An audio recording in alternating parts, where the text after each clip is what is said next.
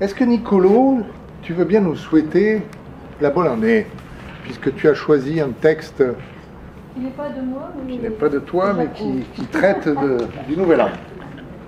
Alors, c'est un texte de Félix Radu, un jeune comédien-auteur belge qui parle souvent le matin sur Radio Première RTB. Vous m'entendez pas? Non, il faut monter le son. Mais il y a la soufflerie du chauffage, alors ça... Ah oui. Alors, je parle en son nom. Je vous souhaite, donc pour cette année, que le temps n'emporte avec lui que les mauvais souvenirs. Qu'il laisse à nos histoires leurs couleurs, leurs joyeux vacarmes, et qu'il nous laisse nos rencontres et nos premiers sourires, nos muets désaccords et nos bruyantes victoires. Je vous souhaite assez de nostalgie pour vous rappeler d'où vous venez et assez d'espoir pour savoir toujours courir vers là où vous allez. Je vous souhaite de l'amour, encore, toujours, et puis des larmes. Que serait l'amour sans larmes? Je vous souhaite des cris, des passions, des brûlures, des séparations, des ébats. Je vous souhaite des draps froissés, des lueurs à travers un store laissé fermer, des cheveux emmêlés, des soupirs nocturnes, des chuchotements sous la couverture des « je t'aime » à peine murmurés, comme un secret, et toujours écourtés par des baisers volés. Je vous souhaite d'être fort, de savoir dire au revoir, parfois même devoir dire adieu, de trouver suffisamment de place dans votre vie pour chérir vos absents et toujours accueillir des nouvelles histoires. Je vous souhaite de déborder, d'être rempli et de ne pas savoir comment le partager avec le monde. Je vous souhaite de chercher, mais d'échouer de temps en temps, d'être insatisfait, de décrocher la lune et désirer chaque étoile du ciel. Je vous souhaite la résilience, le courage de faire face aux combats de notre génération, de ne jamais baisser les bras, ou alors seulement pour se relever les uns les autres. Et tenir. Je vous souhaite de nous retrouver, enfin, peu importe l'endroit, se serrer dans nos bras et y retrouver l'essentiel qu'on a tant cherché à nommer. Et je vous souhaite des repas, des fous rires, des verres de bière, de la musique et de la paresse. Je vous souhaite des incertitudes, mais des amis pour vous éclairer, des amis pour partager votre obscurité. Je vous souhaite de rencontrer vos frères et vos sœurs à travers le temps et l'espace, peu importe le livre, l'époque, le pays, de les aimer car ils partagent votre solitude. De les aimer car ils partagent le trou béant que vous portez dans la poitrine. De les aimer car ils vous aiment aussi. Enfin, de les aimer car il n'existe rien d'autre que l'amour. Et puisque la vie est une belle et longue chute, je vous souhaite de tomber tout en résistant au vertige. De faire de votre vie une danse magnifique dans le vent, comme aujourd'hui. Un tragique combat contre la gravité, de rejoindre ces grandes âmes qui ont su tomber avec tant de panache qu'elles ont réussi quelques instants à nous convaincre qu'elles volaient. Volez! Enfin, je vous souhaite une bonne année et des milliers de rêves à réaliser. Notre mère, comme la plupart des femmes de Gênes, avait un ennemi personnel, le port. Parce que du port partent des bateaux qui emportent les maris et les fils, dont beaucoup ne reviennent pas. Elle se signait chaque fois qu'elle devait descendre au marché, le long des quais. On l'entendait marmonner nos noms, nos prénoms, Christophe, Bartholomé, plus tard Diego. Elle invoquait la Vierge. Je te confie mes enfants si jamais, comme les autres, ils s'embarquent. Je n'ai compris que trop tard, après sa mort, pourquoi, lorsqu'elle marchait dans la ville, elle tournait toujours la tête vers la montagne. Je croyais qu'elle ne voulait pas faire à la mer l'honneur d'un coup d'œil. Je sais maintenant qu'elle s'arrangeait plutôt pour ne pas être remarquée par elle. Telle est la tactique instinctive chez les faibles, tout faire pour ne pas croiser le regard de celui qu'ils craignent, dans l'espoir d'être oubliés. Plus le temps se mettait au beau, plus notre mère rechignait à se promener le long du rivage. Notre père devait presque l'entraîner de force.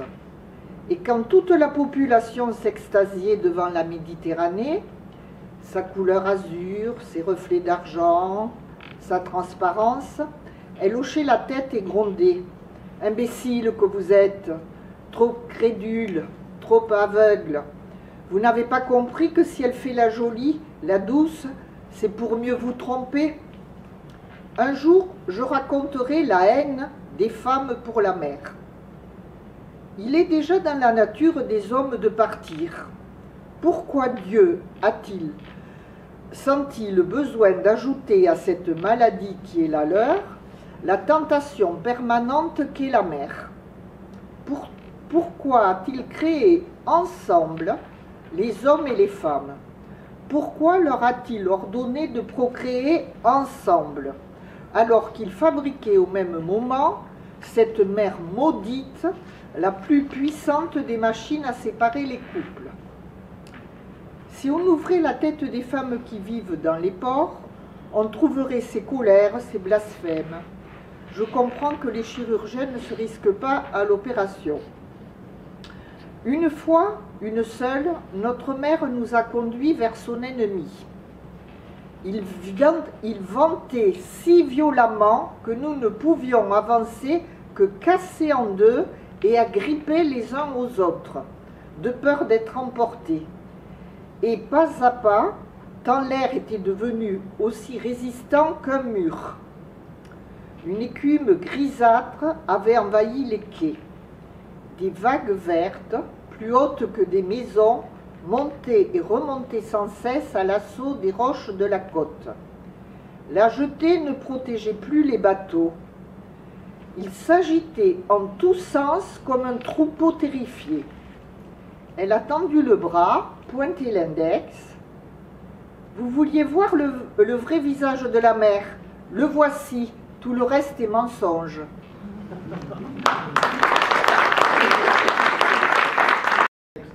Traite des méfaits de l'égoïsme qui serait la cause d'une solitude ou la solitude qui serait la cause d'un égoïsme. Mais Claire va nous dire. Résoudre le problème de la pluie et de la vie. Je vous emmerde. Moi, je suis pour l'abondance de biens. Je me fiche de toutes ces histoires de gaz, de fioul, d'électricité. Oui, chez moi, tout brille. Des lampes et des lustres qui illuminent ma richesse. Je ne vis qu'une fois. Les plages, la mer pleine de plastique, c'est vraiment pas chez nous.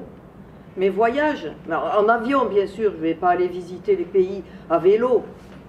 J'adore mon besoin de frimer. Chacun sa marotte. Je te le redis, je ne vis qu'une fois. Après moi, le déluge. J'achète à gogo. Du beau, des marques, du cuir, du crocodile, de l'ivoire, des rivières de diamants. J'adore faire envie. Je bois, je jette, je fume. Du bon, du fameux. Ma richesse doit crever les yeux des paumés. Ma voiture ronfle, on doit entendre mes chevaux de loin. Pas ces voitures électriques silencieuses et stupides. À moi, le carburant à 30 € le litre, je roule, j'écrase le champignon. Je ne veux des conseils de personne, rien à faire de ces minus qui minaudent pour entrer chez moi. Je côtoie avec délectation mon banquier, mon gestionnaire de patrimoine, une bande de nazes qui pensent que je les crois. Je fais vivre mon avocat pour gagner tous mes procès. Quel bonheur de le voir à ma botte. J'aime ma vie, toujours en effervescence. L'esprit aux aguets à me méfier du moindre crétin. Mes servantes, un tas de nullités. Mes jardiniers, de vrais manchots. Mes concessionnaires automobiles, je les gruge. Ils bavent devant mes yachts. Vivement le soir, dans mes draps de soie, pour mijoter la nuit tous mes plans sordides pour emmerder ma voisine. Une folle, dans une maison pleine d'enfants qui jouent. Chez elle, ça chante, ça rit, ça allume des bougies, ça joue du piano et du violon. Inouï. Bonne pour l'asile, celle-là. Je vais arriver à la faire interner. J'ai besoin d'assouvir ma hargne. Je ne vis qu'une fois, je ne vis que pour moi. Pour moi. Je suis seule avec moi-même, seule avec ce désespoir qui me gangrène. Seule. Serpenteur, voilà, Ça s'appelle qui s'appelle Cadaquès, aller simple. Il s'agit de la déclaration que fait un touriste français dont la compagne a disparu à Cadaqués auprès de la police, bien sûr. Si nous nous sommes disputés hier soir, lieutenant, vous finirez de toute façon par l'apprendre, à moins que vous ne le sachiez déjà. Le village n'est pas grand, et il s'y passe tellement peu de choses en mars.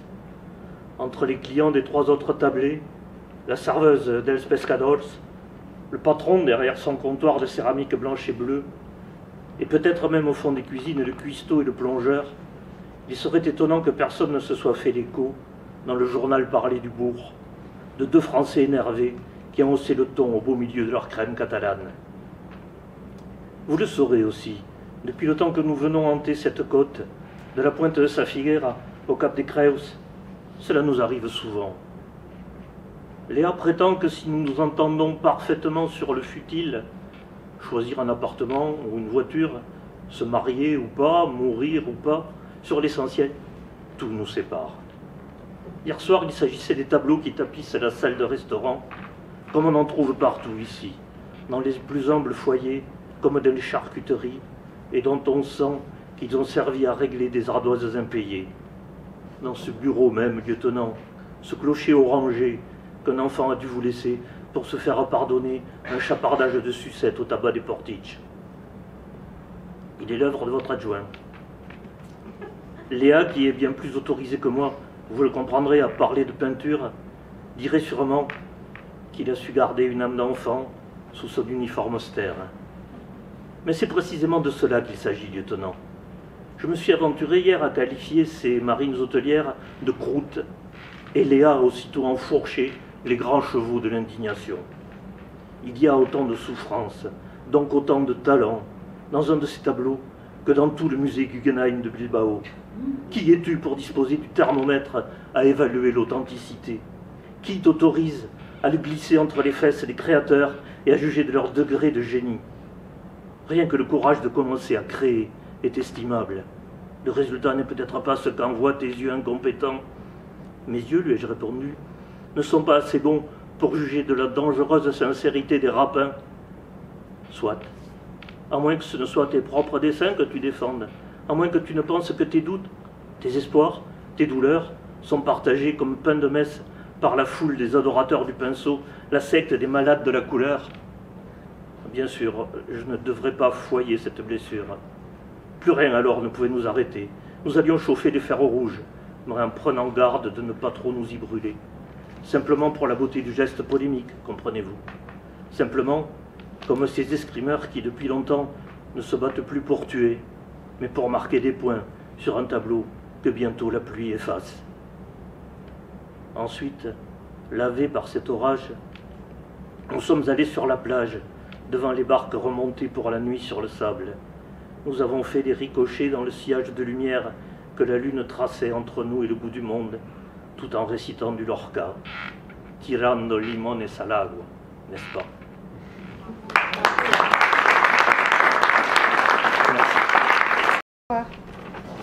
Ça fait partie des petites histoires de mon quartier. Et ça s'appelle Le marin du square. Francesca me raconte sa dernière histoire d'amour. Elle précise tout de suite que c'est déjà fini. Sans rire plein de malice, souligne qu'encore une fois, ça n'a pas manqué, elle est tombée sur un drôle de zouave. Pourtant au début, tous les ingrédients d'une romance hors du commun semblaient magiquement se distiller dans l'air du soir. La silhouette de l'homme est celle d'un véritable gentleman. Le petit chien lion qu'il promène dans le square secoue de temps en temps sa fourrure noire. Francesca l'a remarqué parce qu'il est de la même taille que son caniche blanc. Un soir de léger brouillard, soudain, l'homme est à 2 pas d'elle. Il fume une cigarette au parfum de pain d'épices et dit sans la regarder: « Je vous trouve incroyablement tranquille. Pourrions-nous parler quelques instants? Je suis un peu perdue. » Parfois, il me semble que je suis de nulle part, tant j'ai navigué dans ma vie. J'étais marin. Elle acquiesce, troublée par sa voix inquiète. Ainsi, soir après soir, elle l'écoute parler des pays lointains, des lumières et des couleurs de la Méditerranée, des jours de gros temps où le vent gronde autour du navire, de l'amitié violente avec les matelots, des femmes merveilleuses que l'on ne revoit jamais, ou des prostituées si tristes. Un jour, il a compris qu'il était trop tard pour se marier, pour avoir des enfants, une maison sur la terre ferme. Elle aimerait qu'il s'intéresse à elle, mais c'est comme s'il la voyait à peine malgré son empressement à la retrouver. Une fois, quand elle ne s'y attend plus, il lui prend la main. Son cœur endormi s'éveille à grands coups. La voix du marin insiste: « Puis-je monter chez vous? Je suis un homme sans mauvaise intention. » Il ne s'est jamais rien passé. Francesca se souvient encore de sa déconvenue. Peu à peu, en buvant du café à distance respectable, l'énigme a cessé d'exister.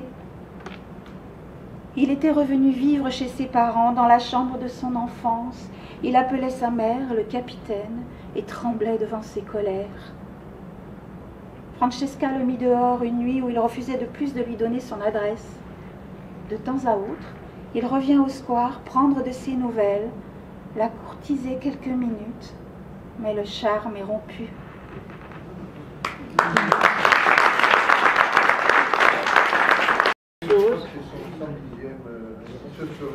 C'est un extrait des vrilles de la vigne. Colette y parle d'un pays qu'elle a quitté. Ce pays, c'est aussi le mien et moi aussi je l'ai quitté. J'appartiens à un pays que j'ai quitté. Tu ne peux empêcher qu'à cette heure s'y épanouisse au soleil toute une chevelure embaumée de forêt. Rien ne peut empêcher qu'à cette heure l'herbe profonde y noie le pied des arbres, d'un vert délicieux et apaisant dont mon âme a soif. Viens, toi qui l'ignores, viens que je te dise tout bas, le parfum des bois de mon pays égale la fraise et la rose. Tu jurerais quand les taillis de ronces y sont en fleurs, qu'un fruit mûri, on ne sait tout. Là-bas, ici, tout près, un fruit insaisissable qu'on aspire en ouvrant les narines.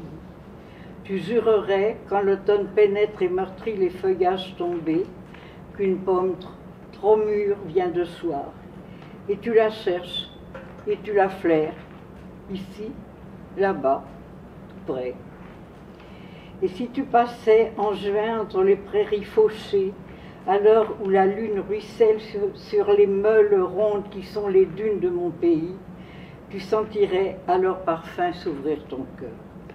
Tu fermerais les yeux avec cette fierté grave dont tu voiles ta volupté, et tu laisserais tomber ta tête avec un muet soupir. Et si tu arrivais un jour d'été dans mon pays, au fond d'un jardin que je connais, un jardin noir de verdure et sans fleurs, si tu regardais bleuir au lointain une montagne ronde où les cailloux, les papillons et les chardons se teignent du même azur mauve et poussiéreux, tu m'oublierais et tu t'assoirais là pour n'en plus bouger jusqu'au terme de ta vie. Il y a encore dans mon pays une vallée étroite comme un berceau, où le soir s'étire et flotte un fil de brouillard, un brouillard ténu, blanc, vivant, un gracieux spectre de brume couché sur l'air humide. Animé d'un lent mouvement d'onde, il se fond en lui-même et se fait tour à tour nuage, femme endormie, serpent langoureux, cheval à coups de chimère. Si tu restes trop tard penché vers lui sur l'étroite vallée, à boire l'air glacé qui porte ce brouillard vivant comme une âme, un frisson te saisira, et toute la nuit tes songes seront fous. Écoute encore, donne tes mains dans les miennes. Si tu suivais dans mon pays un petit chemin que je connais, jaune et bordé de digital d'un rose brûlant, tu croirais gravir le sentier enchanté qui mène au cœur hors de la vie.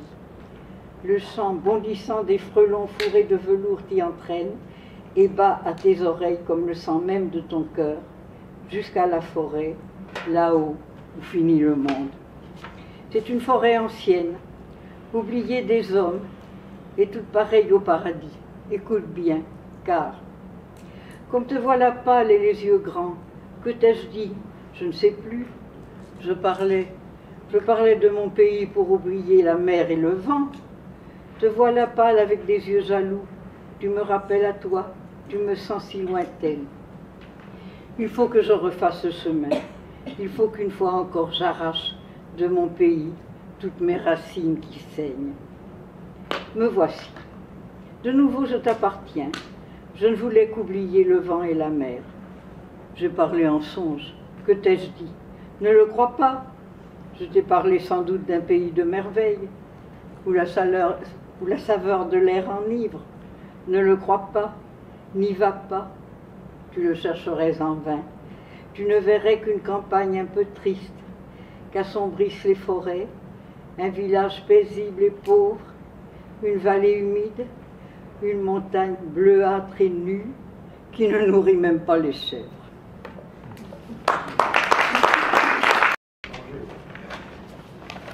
Louis Aragon, la guerre et ce qui s'ensuivit, en 1956, dans le roman Inachevé. Ce poème évoque les soldats en partance pour le front de la Première Guerre mondiale. En effet, Aragon, alors étudiant en médecine, avait été mobilisé comme brancardier durant la Grande Guerre. Il restera marqué à vie par cette expérience du front. Tu n'en reviendras pas, toi, qui courais les filles, jeune homme dont j'ai vu battre le cœur à nu, quand j'ai déchiré ta chemise, et toi non plus, tu n'en reviendras pas, vieux joueur de manille, que nos buts a coupé par le travers, en deux, pour une fois qu'il avait un jeu du tonnerre. Et toi, le tatoué, l'ancien légionnaire, tu survivras longtemps, sans visage, sans yeux. On part, Dieu sait pour où. Ça tient du mauvais rêve. On glissera le long de la ligne de feu. Quelque part, ça commence à n'être plus du jeu. Les bons hommes là-bas attendent la relève. Roule, au loin, roule, train des dernières lueurs. Les soldats assoupis que ta danse secoue laissent pencher leur front et fléchissent le cou. Cela sent le tabac, la laine, la sueur. Comment vous regardez sans voir vos destinées, fiancés de la terre et promis des douleurs? La veilleuse, déjà, vous fait de la couleur des pleurs. Vous bougez vaguement vos jambes condamnées. Déjà, la pierre pense où votre nom s'inscrit. Déjà, vous n'êtes plus qu'un mot d'or sur les places. Déjà, le souvenir de vos amours s'efface. Déjà, vous n'êtes plus que pour avoir péri.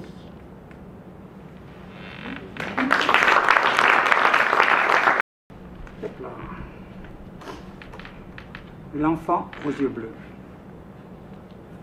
Pour ceux et celles qui savent aimer. Le vieil homme a trébuché. Les passants l'ont regardé sans s'arrêter. L'enfant court pour s'approcher. S'approcher pour lui parler. Ça va, monsieur? Je vais vous aider. Le vieil homme lui a souri. Mais tu es bien trop petit. Je suis fort, monsieur. Vous allez voir. Je suis fort. Pouvez me croire. Et sur le vieux, deux beaux yeux bleus se sont posés. L'ont soulevé. D'un auteur italien qui a émigré en 1940 en Argentine. Je ne sais pas si aucune personne ici a entendu le nom. Antonio Porcia. Antonio Porcia. Il est très peu connu. Roger Caillois en France l'a fait connaître en le traduisant. Ce sont des textes très brefs et très difficiles à saisir, parce qu'ils sont basés sur une contradiction dans les deux propositions que consiste le texte. Donc je vais essayer de le lire d'une façon très ponctuée, pour vous donner des fractions de secondes pour assimiler. Mais si vous voulez suivre sans acheter une édition, le site Babelio présente peut-être 40 ou 50 textes. Vous pouvez aller à votre...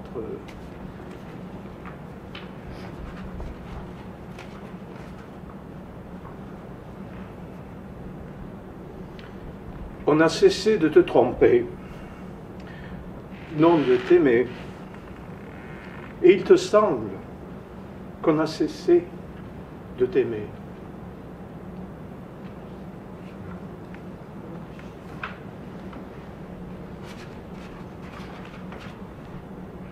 Oui, il y a des millions d'étoiles, et des millions d'étoiles sont deux yeux qui les regardent.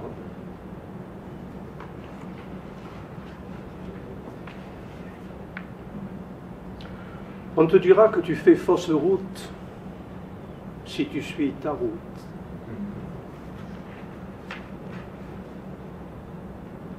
La raison se perd en raisonnant.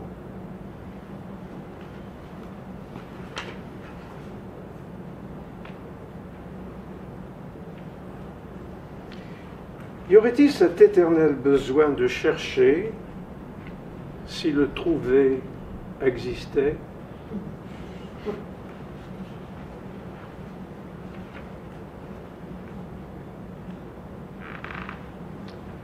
Seuls quelques-uns arrivent à rien, car la route est longue.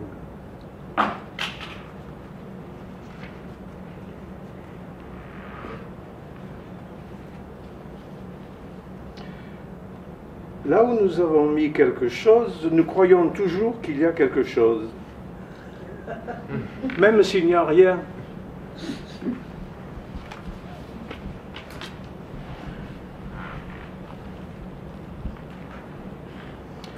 L'homme, quand il sait qu'il n'est pas une chose comique, il ne rit pas.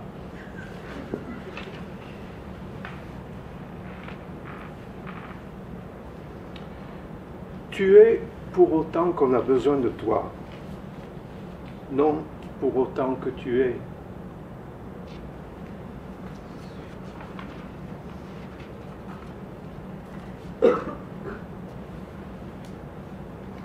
Je t'aime comme tu es, mais ne me dis pas comme tu es.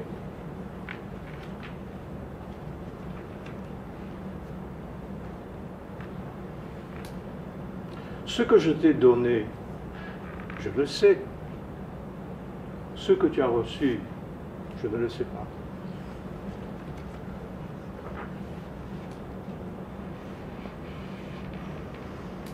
Parce que tu crois que tu m'as compris, tu as cessé de me comprendre.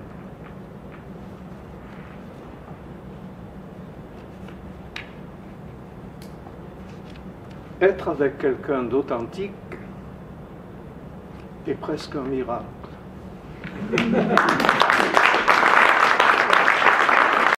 Je fus victime d'une agression. Je veux dire que je subis dans la gorge une opération qui consista à m'enlever les végétations. L'intervention eut lieu d'une manière très brutale sans que j'eusse été anesthésié. Mes parents avaient d'abord commis la faute de m'emmener chez le chirurgien sans me dire où ils me conduisaient. Si mes souvenirs sont justes, je m'imaginais que nous allions au cirque. J'étais donc très loin de prévoir le tour sinistre que me réservait le vieux médecin de famille qui assistait le chirurgien et ce dernier lui-même. Cela se déroula point pour point, ainsi qu'un coup monté, et j'eus le sentiment qu'on m'avait attiré dans un abominable guet-apens. Voici comment les choses se passèrent. Laissant mes parents dans le salon d'attente, le vieux médecin m'amena jusqu'au chirurgien qui se tenait dans une autre pièce en grande barbe noire et blouse blanche. Telle est du moins l'image d'ogre que j'en ai gardée. J'aperçus des instruments tranchants et sans doute eus-je l'air effrayé car me prenant sur ses genoux, le vieux médecin dit, pour me rassurer, « Viens mon coco, on va jouer à faire la cuisine !» À partir de ce moment, je ne me souviens de rien, sinon de l'attaque soudaine du chirurgien qui plongeait un outil dans ma gorge, de la douleur que je ressentis et du cri de bête qu'on éventre que je poussais. Ma mère, qui m'entendit de l'autre côté, fut effarée. Dans le fiacre qui nous ramena, je ne dis pas un mot. Le choc avait été si violent que pendant 24 heures, il fut impossible de m'arracher parole. Ma mère, complètement désorientée, se demanda si je n'étais pas devenu muet. Tout ce que je me rappelle de la période qui suivit immédiatement l'opération, c'est le retour en fiacre, les vaines tentatives de mes parents pour me faire parler, puis à la maison, ma mère me tenant dans ses bras devant la cheminée du salon, les sorbets qu'on me faisait avaler, le sang qu'à diverses reprises je dégurgitais et qui se confondait pour moi avec la douleur fraise des sorbets. Ce souvenir est, je crois, le plus pénible de mes souvenirs d'enfance. Non seulement je ne comprenais pas que l'on m'eût fait si mal, mais j'avais la notion d'une duperie, d'un piège, d'une perfide atroce de la part d'adultes qui ne m'avaient amadoué que pour me livrer sur ma personne à la plus sauvage agression. Toute ma représentation de la vie en est restée marquée. Le monde, plein de choses-trappes, n'est qu'une vaste prison ou salle de chirurgie. Je ne suis sur terre que pour devenir cher à médecin, cher à canon, cher à cercueil, comme la promesse fallacieuse de m'emmener au cirque ou de jouer à faire la cuisine, tout ce qui peut m'arriver d'agréable.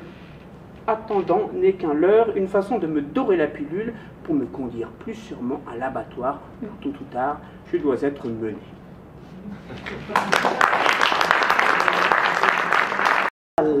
Parolier et ami de Léo Ferré. Tu vas perdre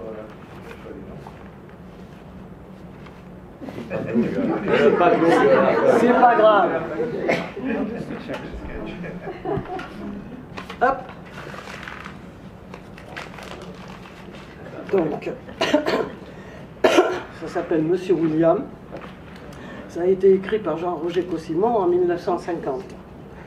Jean-Roger Caussimon était polyvalent, acteur de théâtre, de cinéma, homme de radio, de cabaret, parolier, etc.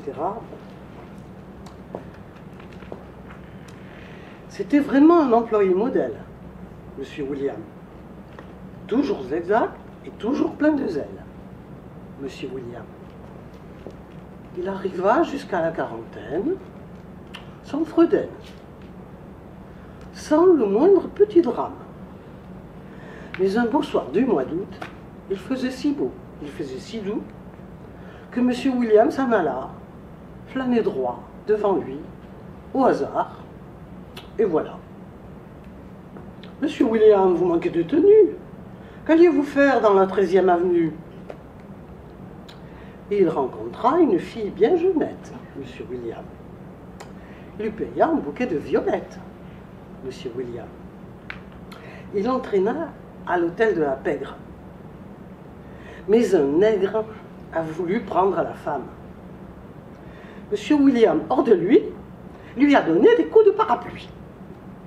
Oui, mais le nègre dans le noir lui a coupé le cou de 2 coups de rasoir. Hé, William, vous manquez de tenue, mon vieux. Qu'alliez-vous faire dans la 13e avenue? Il a senti que c'est irrémédiable, Monsieur William. Il entendit déjà crier le diable. « Monsieur William !» Aux alentours, il n'y avait personne qu'un trombone chantant la peine des âmes. Un aveugle, en gémissant, sans le savoir, a marché dans le sang. puis, dans la nuit, a disparu. C'était peut-être le destin qui marchait dans la rue. Monsieur William, vous manquez de tenue. Vous êtes mort dans la 13e avenue.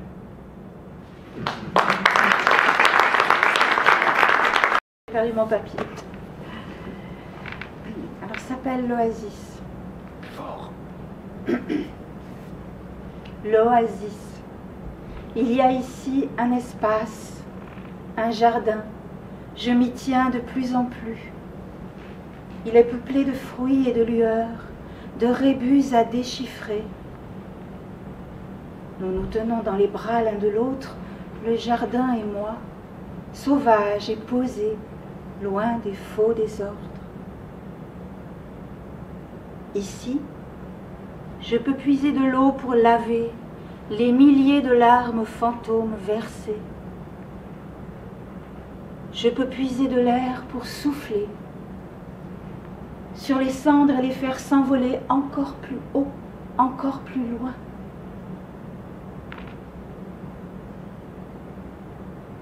J'ai fait ce long chemin jusqu'à l'amitié. C'est une oasis mouvante. Tu sais que tu peux m'y trouver. Je sais jusqu'où je peux m'y perdre.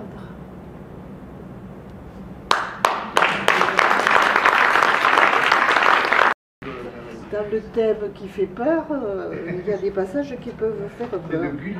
Pas tellement ce passage-là. Alors il s'agit donc du fameux mage Vadim Baranov dans le livre, mais qui correspond à un personnage qui a existé et qui vient du monde du théâtre d'avant-garde, de la communication, et qui va être employé par Poutine pour se faire aider. Et là, il s'agit des Jeux olympiques de Sotchi. Plus on se rapprochait de la date de l'ouverture, et plus le tsar avait des difficultés à parler d'autre chose. Il est clair qu'il considérait les Jeux comme l'apogée de son règne. Et je dois admettre que l'occasion d'y prendre part, en m'occupant de la cérémonie d'ouverture, me fascinait. La boucle était enfin en train de se fermer. Partie du théâtre, j'étais passée à la mise en scène de la réalité. On ne pouvait pas dire que je m'en sois mal tirée. À présent, on me demandait de projeter sur la scène la réalité que j'avais contribué à construire. Seulement cette fois, il ne s'agissait plus d'un petit théâtre d'avant-garde, mais d'une immense arène pour un public qui comprenait la planète entière. C'était l'occasion que j'attendais. À force de jouer au démiurge, je m'étais engagée dans une voie sans issue. Ce que je voulais maintenant, c'était revenir en arrière, rétablir un rapport avec tout ce que j'avais trouvé de beau dans le monde. On me demandait de mettre en scène la Russie, la grandeur tragique de son histoire, la poignante beauté de ses lettres et de ses chants. J'en ferai une histoire personnelle, l'occasion de renouer les fils brisés de ma famille, qui étaient d'ailleurs les fils brisés de toutes les familles russes. Notre génération avait assisté à l'humiliation des pères, des gens sérieux, consciencieux, qui avaient travaillé dur toute leur vie et qui s'étaient retrouvés les dernières années perdus comme un aborigène australien qui essaie de traverser l'autoroute. Cela valait pour les enfants de la nomenclatura comme pour tous les autres. Nous avions vu nos parents, des hommes forts, nos points de référence, errer les yeux écarquillés, incrédules face à l'effondrement de tout ce en quoi ils avaient cru. Nous les avions vus raillés, mortifiés, pour avoir simplement fait leur devoir. D'ailleurs, c'est nous qui les avions raillés et mortifiés. Nous avions tous, je pense, été frappés à mort par cette scène. Nous l'avions produite et nous en avions été frappés. Personne n'avait pu, par la suite, maintenir une conscience intacte. Il s'agissait à présent de leur rendre justice, à eux et à leur père qu'ils avaient eux aussi humiliés, parce que la Russie est éternellement condamnée à recommencer. C'est le titre du poème.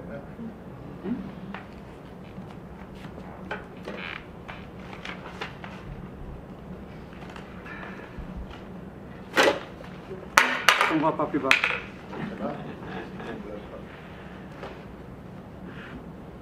Mary, sur le chemin de l'école, tu étais ma seule idole. Comme des fous et des folles, nous dansions des farandoles. C'est toi qui seras le loup. 1, 2, 3, Mary. 1, 2, 3, Mary. Petit taureau furieux, et mes yeux dans tes yeux, nous étions tous les deux, deux fous, fous amoureux. C'est toi qui seras le loup. 1, 2, 3, Mary. 1, 2, 3, Mary. Je te défendais contre les regards, tel un chevalier sur ces hauts remparts, brandissant un bâton comme étendard. Et nous courions, en retard, en retard. C'est toi qui seras le loup. 1, 2, 3, Mary. 1, 2, 3, Mary. Las, nous avons grandi. Au loin, tu es parti. Et te perdant ainsi, je t'ai perdu, ma vie. Je ne serai plus jamais le loup. 1, 2, 3, Mary. 1, 2, 3.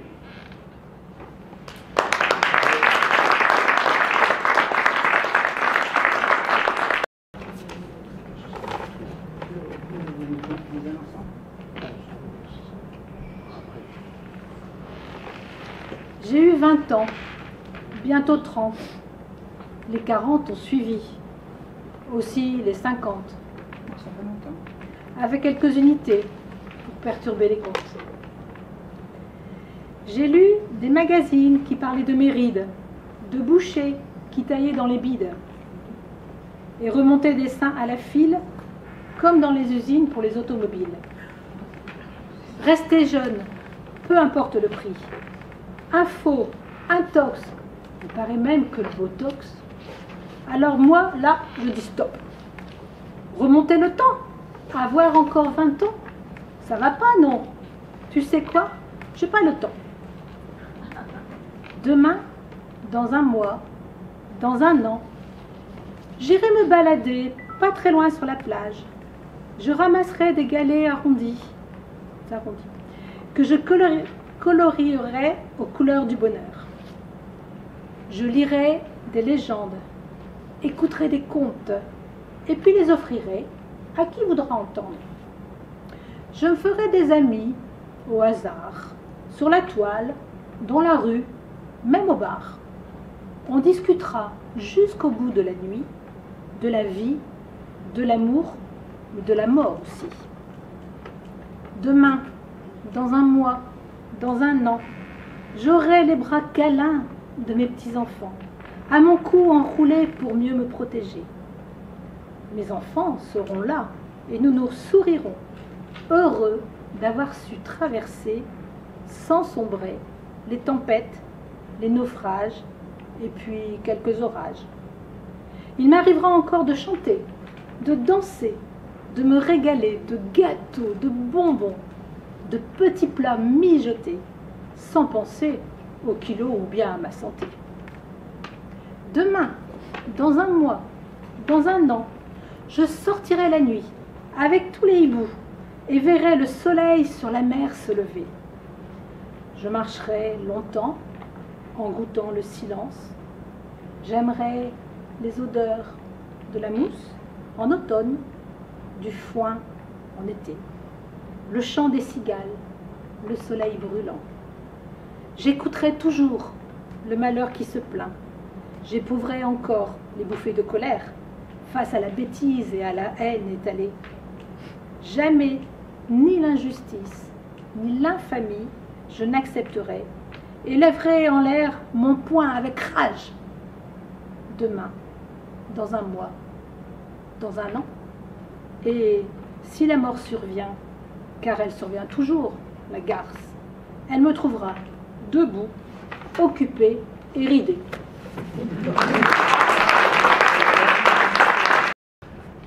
Je propose que les lecteurs de l'association viennent lire un extrait du Horla de Maupassant. Puisque le thème, c'est la peur, on va vous foutre la trouille.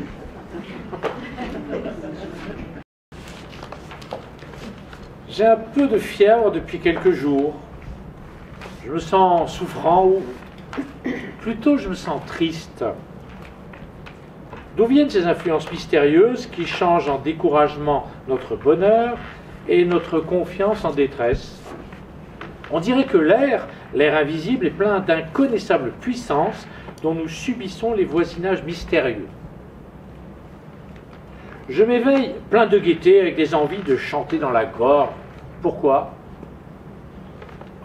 Je descends le long de l'eau et soudain, après une courte promenade, je rentre désolé, comme si quelque malheur m'attendait chez moi. Pourquoi? Est-ce un frisson de froid qui, frôlant ma peau, a ébranlé mes nerfs et assombri mon âme? Est-ce la forme des nuages, ou la couleur du jour, la couleur des choses si variables, qui, passant par mes yeux, a troublé ma pensée? Sait-on? Tout ce qui nous entoure, tout ce que nous voyons sans le regarder, tout ce que nous frôlons sans le connaître, tout ce que nous touchons sans le palper, tout ce que nous rencontrons sans le distinguer, a sur nous, sur nos organes et par eux sur nos idées, sur notre corps lui-même, des effets rapides, surprenants et inexplicables. Comme il est profond ce mystère de l'invisible. Nous ne le pouvons sonder avec nos sens misérables, avec nos yeux qui ne savent apercevoir ni le trop petit, ni le trop grand, ni le trop près, ni le trop loin, ni les habitants d'une étoile, ni les habitants d'une goutte d'eau. Avec nos oreilles qui nous trompent, car elles nous transmettent les vibrations de l'air en notes sonores. Elles sont des fées qui font ce miracle de changer en bruit ce mouvement, et par cette métamorphose donnent naissance à la musique qui rend chantante l'agitation muette de la nature. Avec notre odorat, plus faible que celui du chien, avec notre goût qui peut à peine discerner l'âge d'un vin. Ah, si nous avions d'autres organes qui accompliraient en notre faveur d'autres miracles, que de choses nous pourrions découvrir encore autour de nous. 16 mai. Je suis malade. Décidément, je me portais si bien le mois dernier. J'ai de la fièvre, une fièvre atroce, ou plutôt un énervement fiévreux qui rend mon âme aussi souffrante que mon corps. J'ai sans cesse cette sensation affreuse d'un danger menaçant. 18 mai. Je viens d'aller consulter un médecin. Je ne pouvais plus dormir. Il m'a trouvé le pouls rapidement et l'œil dilaté. Les nerfs vibrants, mais sans aucun symptôme alarmant. Je dois me soumettre aux douches et boire du bromure de potassium. 25 mai. Aucun changement. Mon état vraiment est bizarre. À mesure qu'approche le soir, une inquiétude incompréhensible m'envahit. Comme si la nuit cachait pour moi une menace terrible. Je dors longtemps, 2 ou 3 heures. Puis un rêve, non, un cauchemar m'étreint. Je sens bien que je suis couchée, que je dors. Je le sens, je le sais. Je sens aussi que quelqu'un s'approche de moi, me regarde, me palpe, monte sur mon lit, s'agenouille sur ma poitrine, me prend le cou entre les mains et serre de toute sa force pour m'étrangler. Moi, je me débat, liée par cette impuissance atroce qui nous paralyse dans les songes. Je veux crier, je ne peux pas. Je veux remuer, je ne peux pas. J'essaie, avec des efforts affreux, en haletant, de me tourner, de rejeter cet être qui m'écrase, qui m'étouffe. Je ne peux pas. Et soudain, je m'éveille, affolée, couvert de sueur. J'allume une bougie. Je suis seule. Après cette crise qui se renouvelle toutes les nuits, je dors enfin avec calme, jusqu'à l'aurore. Ai-je perdu la raison? Ce qui s'est passé la nuit dernière est tellement étrange que ma tête s'égare quand j'y songe. Comme je le fais maintenant chaque soir, j'avais fermé ma porte à clé. Puis, ayant soif, je bus un demi-verre d'eau. Et je remarquai par hasard que ma carafe était pleine jusqu'au bouchon de cristal.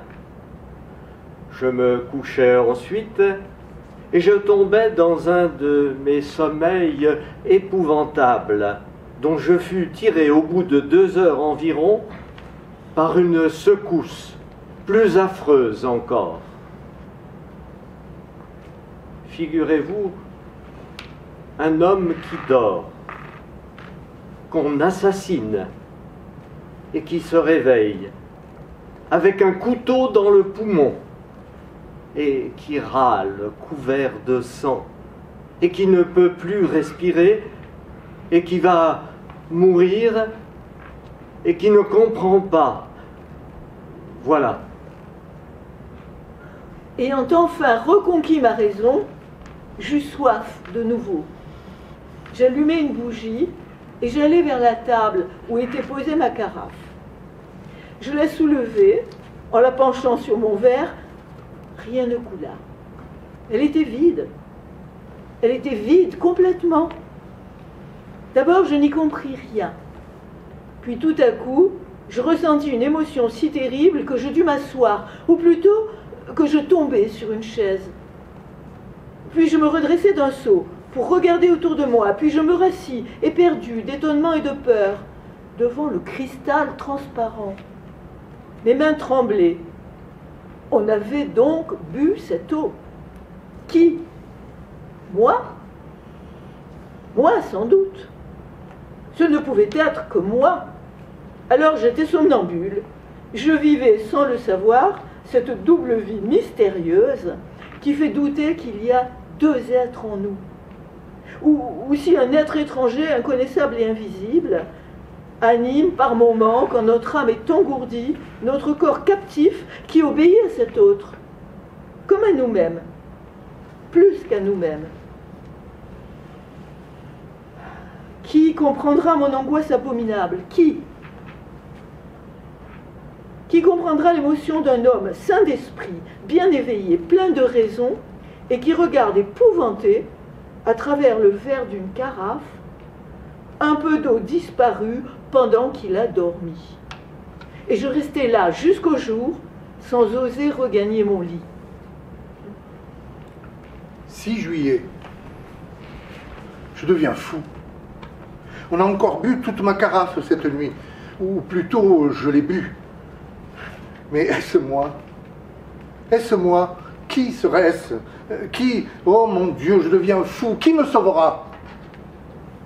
6 août. Bon, cette fois, je ne suis pas fou. J'ai vu. J'ai vu. J'ai vu. Je ne peux plus douter, j'ai vu. J'en ai encore froid dans les ongles. J'ai encore peur jusque dans les moelles. J'ai vu. Je me promenais à 2 heures, en plein soleil, dans mon parterre de rosiers, dans l'allée des rosiers d'automne qui commence à fleurir. Comme je m'arrêtais à regarder un géant des batailles qui portait 3 fleurs magnifiques, je vis distinctement, tout près de moi, la tige d'une de ces roses se plier, comme si une main invisible l'eût tordue, puis se casser comme si cette main l'eût cueillie, puis la fleur s'éleva, suivant une courbe qu'aurait décrite un bras en la portant vers une bouche, et elle resta suspendue dans l'air transparent, toute seule, immobile, effrayante tache rouge à 3 pas de mes yeux. Éperdu, je me jetai sur elle pour la saisir, et je ne trouvais rien. Elle avait disparu. Alors, je fus pris d'une colère furieuse contre moi-même, car il n'est pas permis à un homme raisonnable et sérieux d'avoir de pareilles hallucinations. Mais était-ce bien une hallucination? Je me retournai pour chercher la tige, et je la retrouvai immédiatement sur l'arbuste, fraîchement brisée entre les 2 autres roses demeurées à la branche.